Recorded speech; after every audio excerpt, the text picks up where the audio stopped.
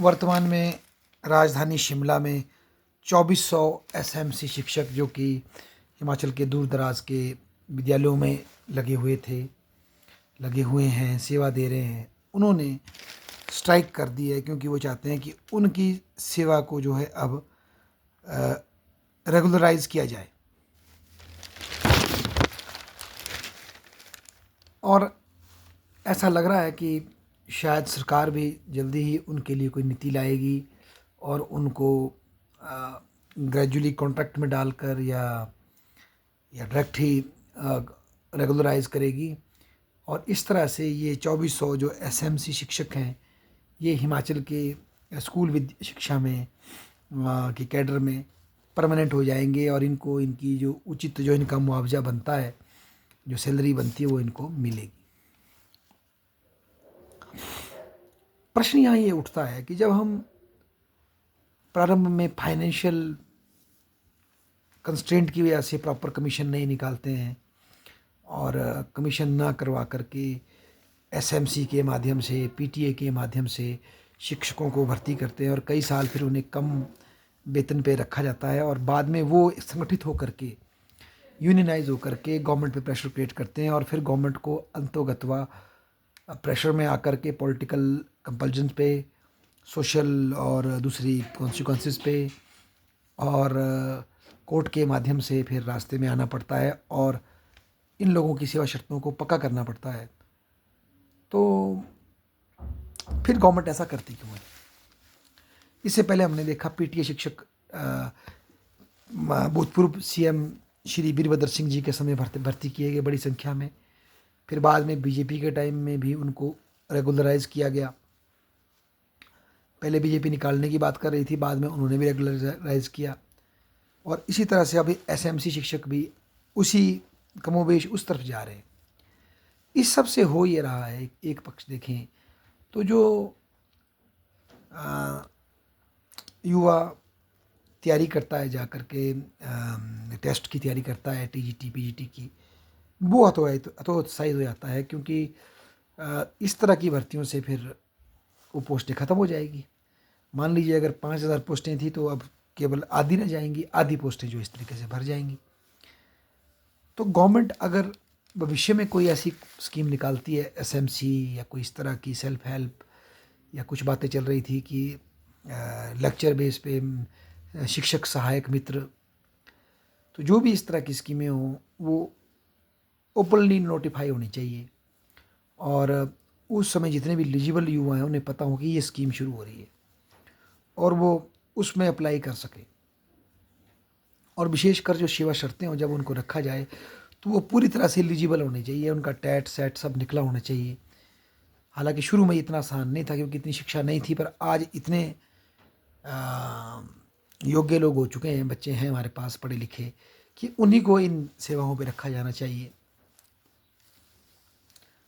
यदि government financial emergency की बात करती है, हालांकि कहीं ना कहीं ये उन युवा के जो उन्होंने भविष्य देखा है, सपने देखे हैं अच्छी जॉब के, उसके साथ धोखा भी होता है इसमें। इवन जो एसएमसी पे लगे उनके साथ भी कम पैसे पे ये छल होता है और एक नेगेटिव इंसेंटिव खड़ा होता है कि आप इसको ज्वाइन कर लीजिए, फिर गवर्नमेंट आपको पक्का कर लेगी। तो कई युवा जो हार्डवर्क के थ्रू मतलब टेस्ट निकाल के सामने आना चाहते हैं, वो इससे हट जाते हैं। तो ये एक डबल कॉन्सिक्वेंस हम देख रहे हैं शिक्षा व्यवस्था में हिमाचल में इन भर्तियों का। और इस सब से हो ये रहा है कि बेसिकली जो टीचिंग की जो जॉब है, या इवन हम और आउटसोर्स की जॉब्स की बात करें,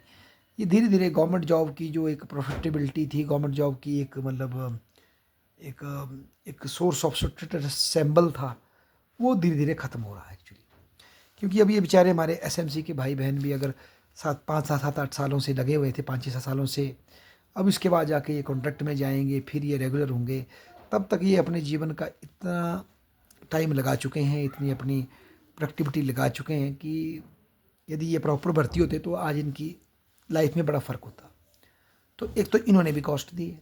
दूसरे वो युवा जो इनकी भर्तियों की वजह से कमीशन नहीं खुला वो वंचित हो गए, उन्होंने भी कॉस्ट दी है। और बाद में स्टेट गवर्नमेंट को ये फ़ायदा हुआ कि जितने साल इनकी मुफ्त सेवाएं ले ली गई, उससे वो पेमेंट जो उनको डायरेक्ट भर्ती पे करनी पड़ती थी वो बच गई उनकी। तो कहीं ना कहीं ये ग्रेजुअली जो ये एपरेटस है, ये जो मॉड है भर्ती का, बैक इसको बैकडोर तो नहीं कह सकते, पर जो भी ये इस तरह की पॉलिसीज़ है, ये जो है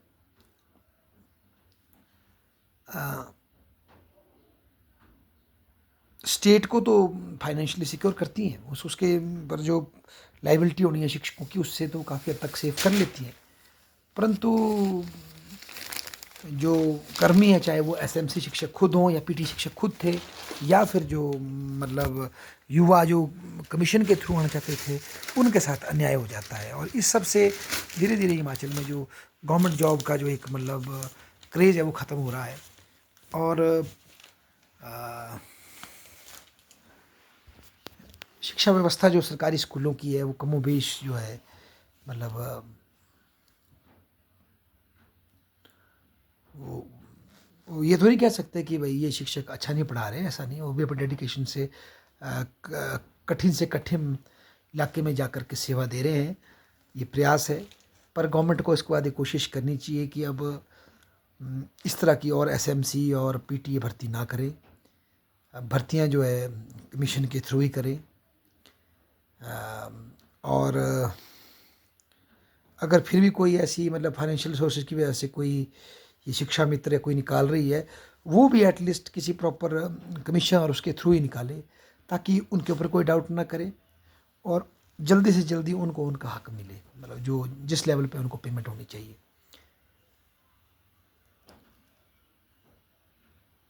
पर जो वर्तमान आर्थिक स्थिति हमारी है हिमाचल प्रदेश गवर्नमेंट में और हमारे राज्य की,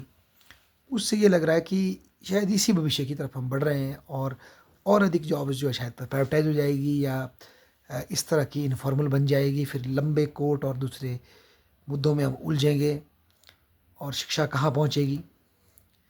इस सब में मतलब मैं ये ज़रूर सजेस्ट करना चाहूँगा गवर्नमेंट को, मतलब मेरा एक राय है, मतलब शिक्षा के लिए चलो एक तो जो भर्तियां हैं आने वाली वो कमीशन से ही करें, जिसमें मानव को रखें उसे उसे प्रॉपर पे करके और उसकी टेस्ट ले करके उनको भर्ती करें। इस तरह की भर्ती ना करें, क्योंकि इस तरह की भर्ती रिजर्वेशन के भी खिलाफ होती है, वो भी इसमें व्यवस्था नहीं हो पाती है, तो इसको से बचें। उसके पश्चात यदि कहीं एक्सेस टीचर चाहिए और इतने हम रिसोर्स अफोर्ड नहीं कर सकते, तो उस कॉन्टेक्स्ट में गवर्नमेंट जो है वो टीचिंग के मेथड में परिवर्तन ला सकती है। और ऐसे युवाओं को जो बीएड कर रहे हैं, जो बीएड कर चुके हैं और बैठे हैं, उनको भी उनका भी बीएड टीपी के दौरान उन्होंने काम किया है, उनका सहयोग ले सकती है,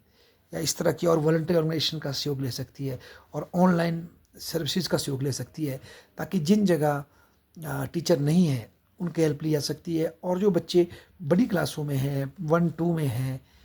उनका सहयोग लेके छोटे बच्चों को पढ़ाया जा सकता है, उन्हीं के बीच में एक ऐसा माहौल क्रिएट किया जा सकता है। और साथ ही साथ जो शिक्षक रखे जाए वो प्रॉपर तरीके से रखे जाए, ताकि उनको इस तरह से ना तो एसएमसी के थ्रू शोषण सहना पड़े, और जो पीटीए के थ्रू शोषण सहना पड़े, और दूसरी तरफ दो जो कमीशन से वंचित हो गए वो सफ़र करें। कुछ इस तरह की व्यवस्था शायद स्टेट गवर्नमेंट को खड़ी करनी पड़ेगी। धन्यवाद।